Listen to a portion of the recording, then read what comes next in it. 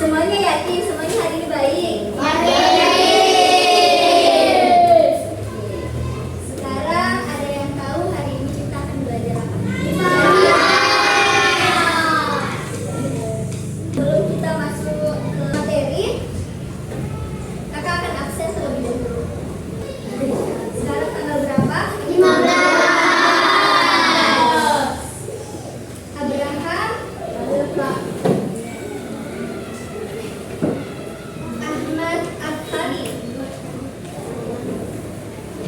Ahmad Al-Fatih, Ahmad Muzaki, Al-Fahriza, Aziza, Fakira,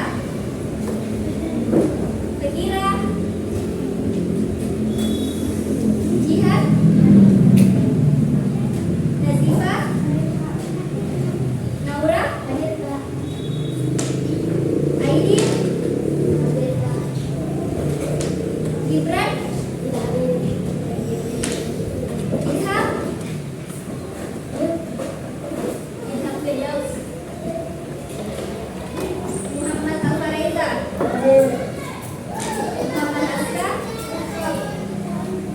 Nur Alifah, Nurul Maulidia, Nurul Asifah, Nurul Reski, Siti Aisyah, Muhammad Zihar, Muhammad Al-Tamis, Muhammad Adiyu, Muhammad Aska, Muhammad Irfan, Syifa, Muhammad Migan, Zulfadli. Jadi ada 2 orang yang tidak hadir, itu kenapa kalian? Kalau yang cewek sakit. Yang cewek sakit. Kalau yang satunya? Tangan. Jadi hari ini kita belajar mengenai letak dan posisi geografis. Kalian tahu Indonesia itu letaknya ada di mana?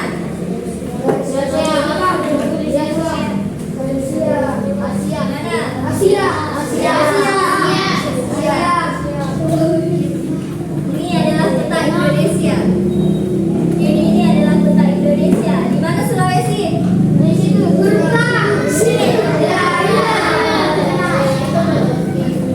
Oke. Jadi ternyata secara kondisi geografis itu di Indonesia ternyata itu dibagi menjadi 2. Yang pertama, luas Indonesia. Yang kedua, kenapa ada 2? Karena Indonesia merupakan negara kepulauan.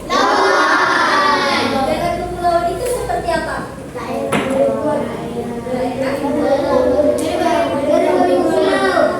Negara yang memiliki banyak pulau. Nah, jadi yang di 2 ini ternyata dibagi lagi. Yang pertama, luas Indonesia ternyata dibagi menjadi 2. Ada daratan dan ada lautan. Nah, kira-kira berapa ukuran di daratan dan di lautan? Gak ada yang tahu? Terus di letak Indonesia itu ternyata dibagi menjadi 3 secara astronomis, geografis, dan luas Indonesia. Catat nak? Oke. Nah, ini adalah peta Indonesia. Ahli yang sudah mengukur berapa jarak dari ukuran dari daratan dan lautan. Nah, jadi untuk daratan itu yang berwarna ini hijau, ini kan? Ini daratan itu ukurannya 1.922.570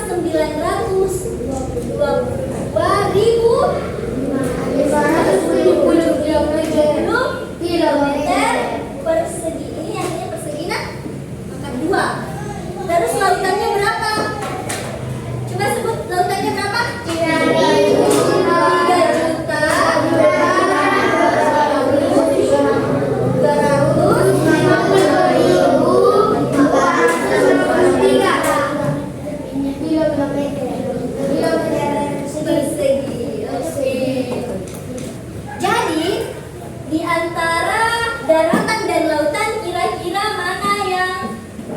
lebih banyak? Daratan atau lautan? Angkat tangan yang pilih lautan. Angkat tangan yang pilih daratan.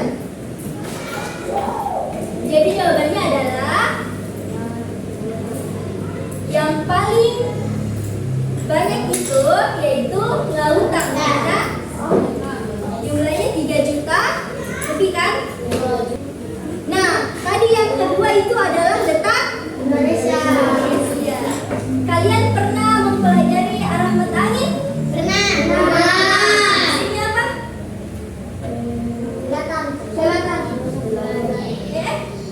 Timur. Ini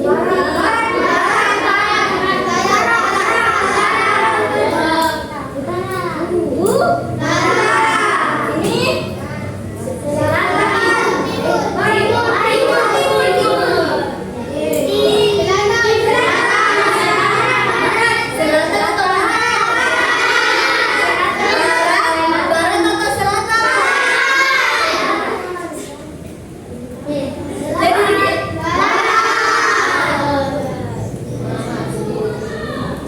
nah, letak Indonesia di bagian utara itu ternyata melewati negara Malaysia. Ini Malaysia. Ini kan Malaysia kan? Ini kan wilayah Malaysia. Terus yang kedua ada negara apa lagi? Singapura. Ini negara Singapura ini. Terus ada Laut Cina Selatan. Di mana Laut Cina Selatan? Ada di sini. Ini Laut Cina.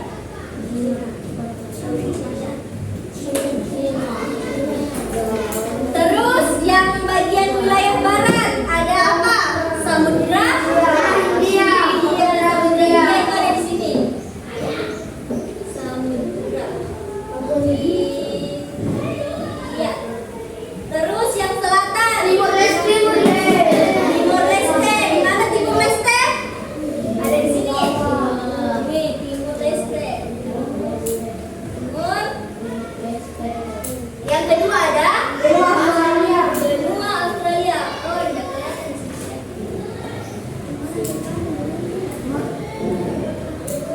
Kelihatan? Mana benua Australia?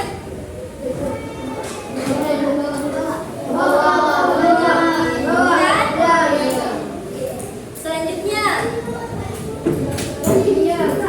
yang ketiga ada Samudra Hindia. Samudra Hindia di sini kan? Yang terakhir ada Papua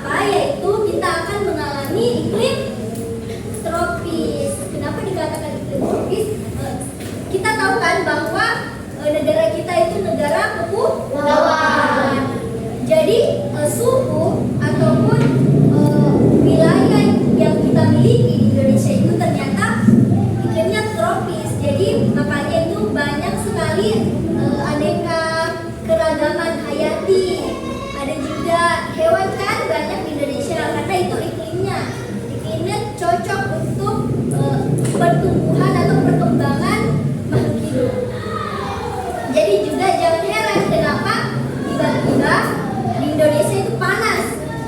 Panas kan? Kadang juga dingin. Nah, itu penyebab dari iklim tropis. Jadi Indonesia ada berapa cuaca? Tiga. Sebutkan. Sebutkan yang pertama, musim Hujan. yang kedua, ada musim kemarau dan musim 95 derajat bujur timur sampai 141 derajat bujur timur. Nah, apa dampaknya? Nah, ternyata itu yang menjadi adanya perbedaan waktu. Di Sulawesi Barat itu kita pakai Wita. Waktu Indonesia Barat. Kita kan di sini kan? Oke, jadi sini. Terus berapa sih selisih dari WIB waktu Indonesia Barat? Wita? WIB? Nah, jadi selisih di antara waktu tersebut adalah 1 jam. Kalau misalnya di sini jam 7 pagi kan? Di bagian Jawa itu, Jakarta itu jam 6 pagi. Yang pertama, letak astronomis. Letak suatu wilayah berdasarkan garis bintang. 6 derajat bintang utara sampai 11 derajat bintang selatan itu memiliki dampak iklim tropis. Terus yang bujur timur perbedaan waktu seperti Oke, yang kedua ada letak geografis. Apa itu letak geografis? Antara dua benua dan samudra yang menyebabkan percampuran budaya dan Perekonomian masyarakat. Ada benua apa saja? Benua Asia dan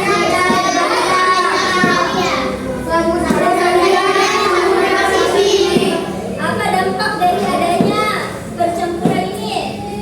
Ada apa dampaknya dari terletaknya antara dua benua dan diapit oleh dua samudra? Dalam menyebabkan pencampuran budaya dan perekonomian masyarakat. Nah, artinya apa? Indonesia kan berada di tengah kan? Kalau misalnya negara asing seperti misalnya Inggris, Belanda, ketika dia masuk ke Indonesia, dia akan membawa budayanya masuk.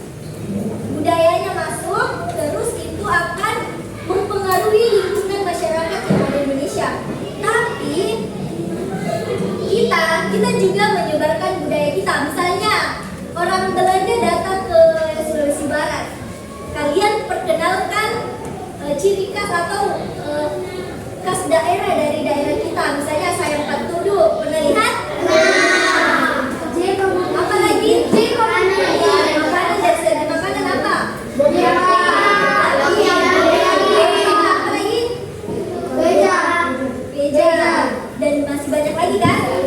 Itu cara kita untuk mengatasi adanya perubahan budaya di lingkungan kita.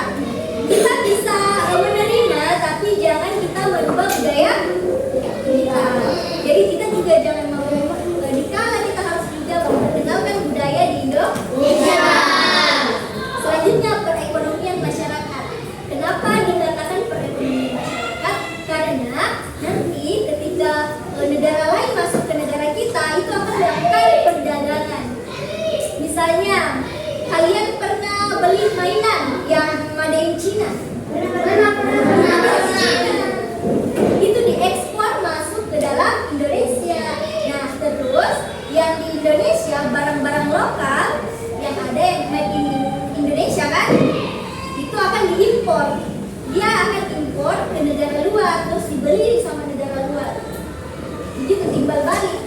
Jadi untung, kita harus juga melakukan berdagang supaya ekonomi di masyarakat itu meningkat. Paham? Oke, lanjutan yang terakhir tadi ada letak geologis. Nah, jadi letak geologis merupakan letak suatu wilayah berdasarkan struktur batuan sehingga Indonesia dilalui oleh 2 jalur pegunungan dan 3 lempeng. Nah, ini adalah jalur pegunungan.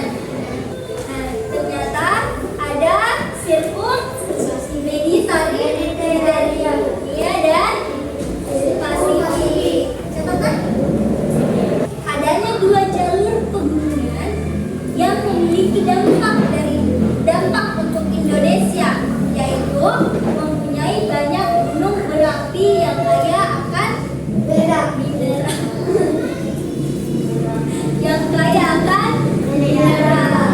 Jadi jangan heran kenapa di Indonesia itu banyak gunung berapi. Lempeng itu yang ada di sini. Ini kan lempeng. Ini termasuk lempeng.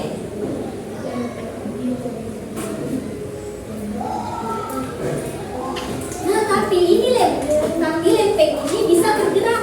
Dia bisa bergerak di bawah tanah. Jadi dia yang bergerak di bawah tanah yang menyebabkan itu gempa bumi. Karena ada pergeseran. Karena seperti ini kan ada 3 lempeng. Ada 3 lempeng. Yang pertama lempeng Eurasia. Yang kedua ada lempeng Pasifik. Yang ketiga ada lempeng Eurasia. Adanya 3 lempeng yang saling bergerak akan menyebabkan Indonesia menjadi rawan gempa dan bisa menimbulkan pegunungan sehingga sumber daya mineral makin banyak. Di bawah tanah itu, nah itu akan terjadi gempa. Waktu di Palu kan gempa kan? Nah itu karena adanya pergeseran lempeng. Ya, jadi dia bergerak. Kapan dia ketemu bertabrakan gempa, itu akan menjadi gempa. Nah, kalau misalnya sering terjadi gempa, itu akan menciptakan tsunami. Rawan juga akan tsunami, tetapi bisa menimbulkan pegunungan. Sehingga tadi semakin banyak sumber daya mineral. Dan harus hati-hati karena berada di wilayah yang dari ini sudah paham bagaimana? Catat. Kalian pernah lihat peta?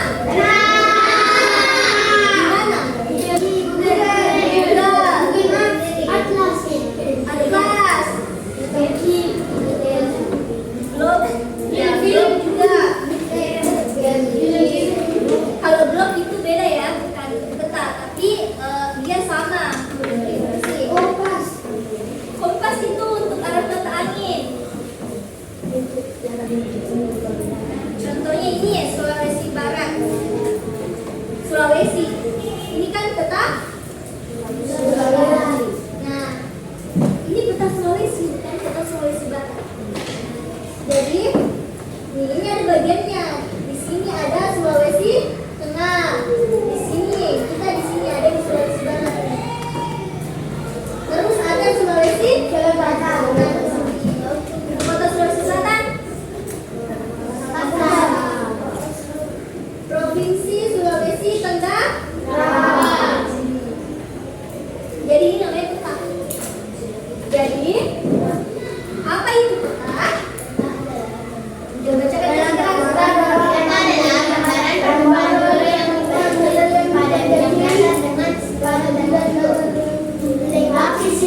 dan tulisan untuk menunjukkan lokasi dan penampakan alam, tokoh-tokoh penting dalam penemuan atau pengembangan peta meliputi isinya membuat peta pada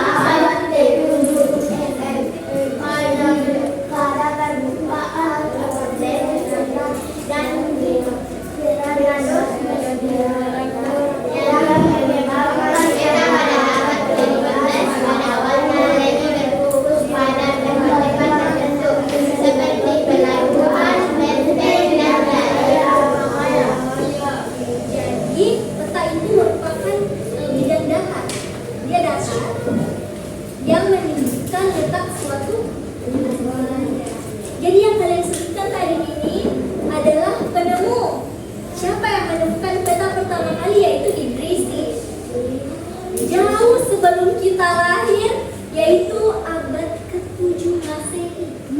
Jauh sekali. Sedangkan ketika Idrisi wafat, nah pada abad ke-15 kembali ternyata ada Gerardus Mercator yang mengembangkan peta itu. Karena sebelumnya yang Idrisi itu dia hanya membuat peta di permukaan perak, tablet perak. Jadi Gerardus itu mengembangkan, nah ini ada yang rawan-rawan. Dia memiliki simbol yang rawan, misalnya seperti segitiga merah, memiliki makna yaitu gunung berapi. Nah, dia menandai wilayah-wilayah yang rawan sehingga ketika kita menggunakan peta, kita bisa lebih waspada. Jadi kalian pernah pakai Google Maps? Pernah. Itu kan menunjukkan jalan kan? Itu sudah canggih sekarang. Lalu bagaimana dengan peta sekarang? Nah, peta zaman sekarang itu sudah lebih upgrade lagi.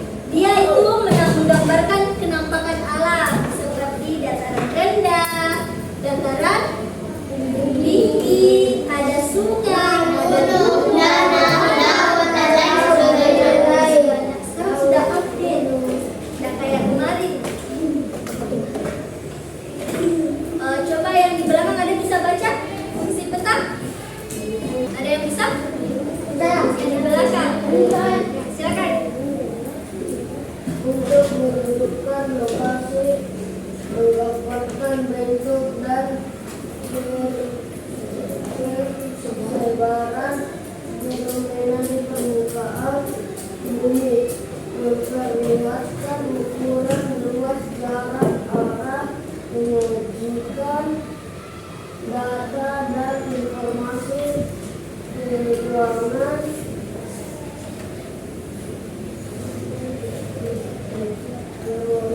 serta berfungsi sebagai alat analisis Dan bantuan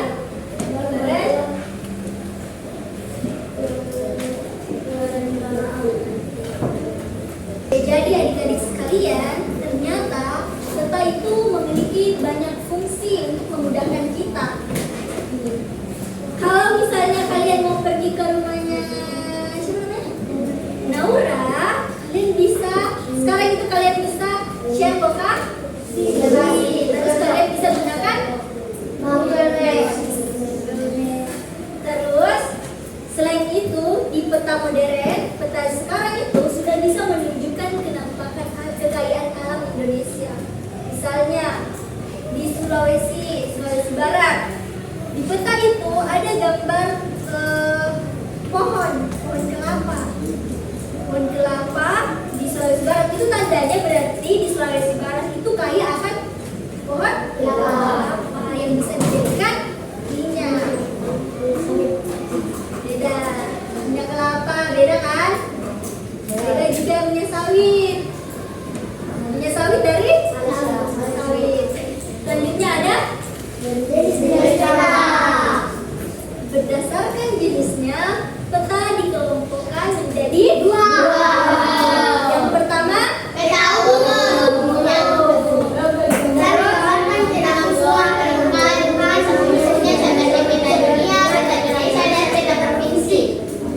Yang kedua, peta khusus.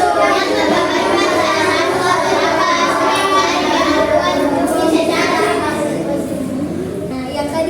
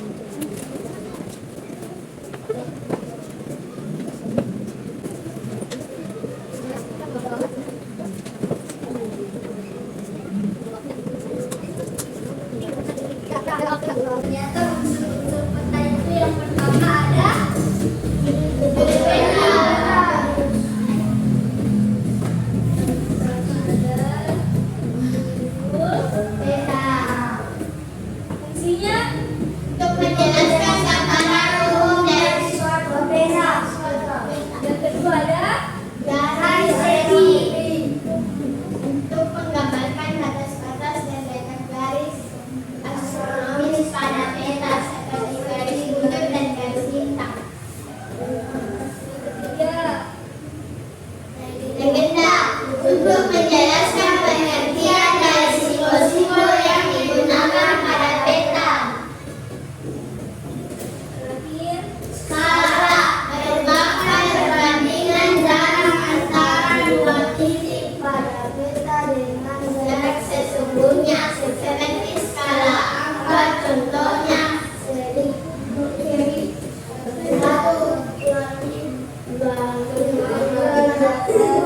yang berarti 1 sentimeter di peta menggambarkan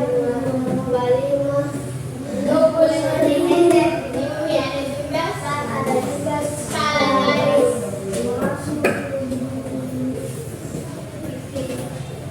jadi kakak akan tunjukkan judul peta. Judul peta itu ini peta sudah Spesi.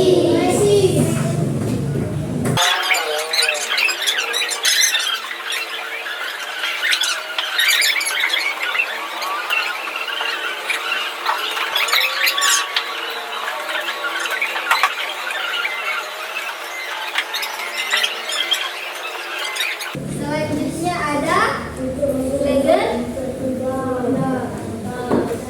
Gimana simbol legenda itu?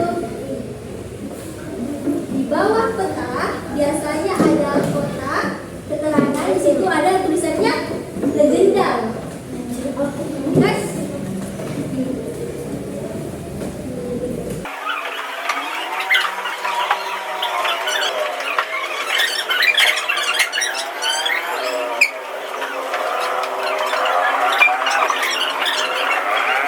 paham? Terus yang terakhir ada skala. Skalanya itu juga ada di bawah. Dia tidak terlalu jauh dari legenda.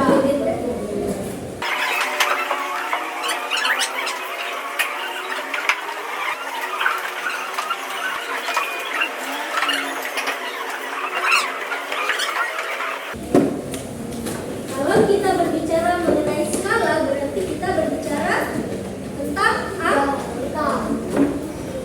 Oke, jadi skala itu merupakan perbandingan. Dia akan membandingkan terus jarak antara dua titik peta dengan jarak sesungguhnya. Ada berapa skala? Ada dua.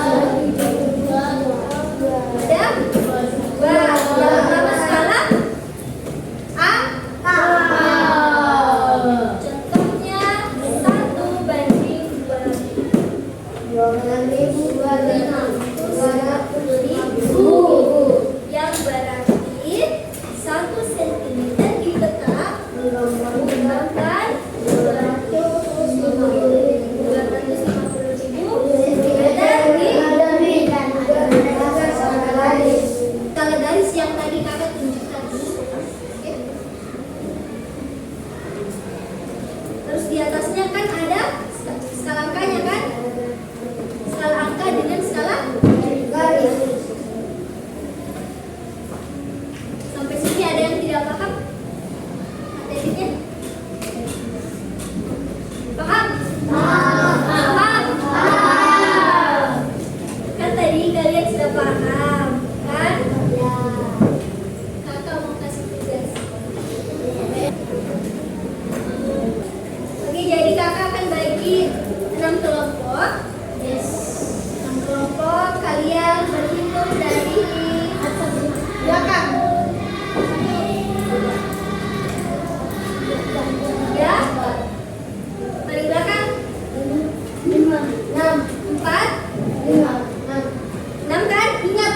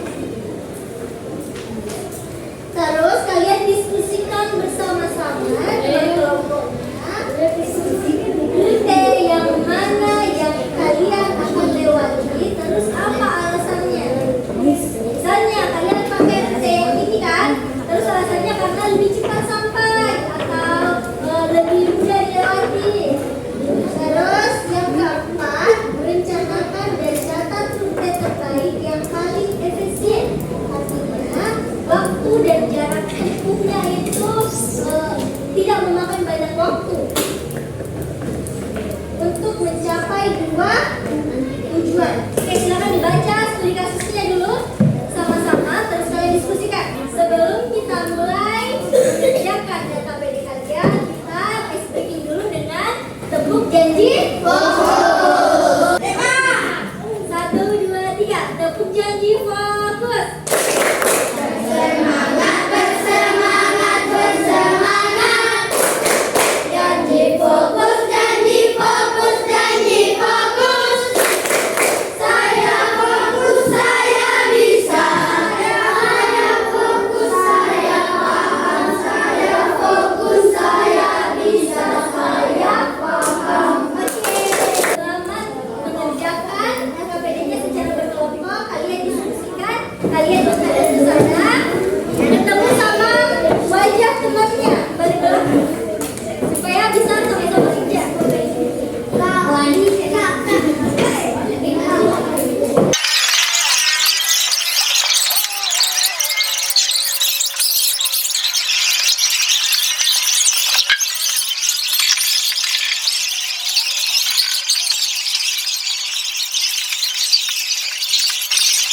Nanti kalau apa yang akan tunjuk kalian perwakilan satu kelompok untuk bacakan di atasnya.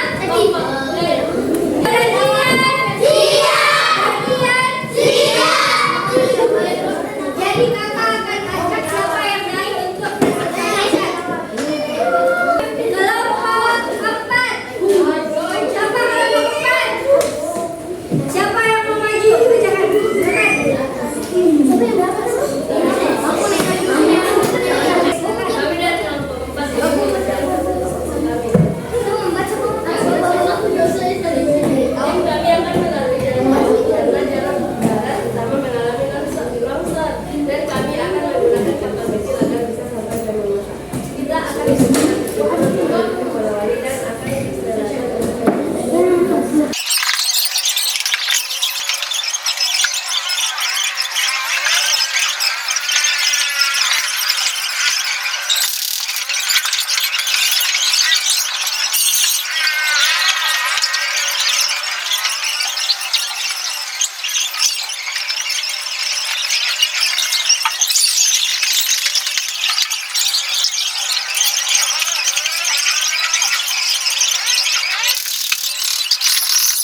Aku diskusi kalian itu ada yang bisa kasih kakak kesimpulan?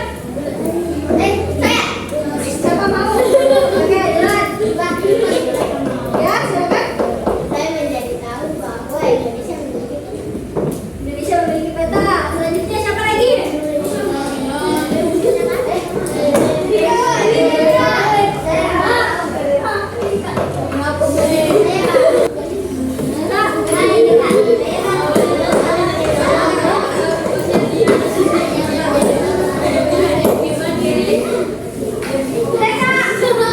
Jadi dari materi yang tadi awal kita sampaikan, dari letak geografis maupun penggunaan peta, sudah kalian coba bersama kelompok kalian kan? Nanti di semester 2, Bu Walias akan menyampaikan lebih dalam lagi mengenai materi ini. Jadi kalian sudah ada pemahaman dasar kan? Catatan kalian simpan baik-baik, pemahaman kalian ulang terus. Sebelum kita tutup, kakak mau kasih kalian refleksi pribadi yang harus kalian kerjakan di rumah. Oke, jadi kakak tutup, kalian duduk tenang. Oke, kakak mengucapkan banyak-banyak terima kasih atas antusias dari kalian. Kalian sudah mau menerima materi yang mungkin masih belum paham atau kakak kurang menyampaikan dengan baik. Kakak minta maaf atas segala kekurangan yang kakak miliki, dan juga kakak mengucapkan selamat belajar di rumah. Jangan lupa dikerjakan tugasnya, jangan lupa kelompok. Di situ nama kelompok kakak salah, seharusnya nama kalian. Jadi nama kalian ditaruh nah. Oke, terima kasih. Wassalamualaikum warahmatullahi wabarakatuh.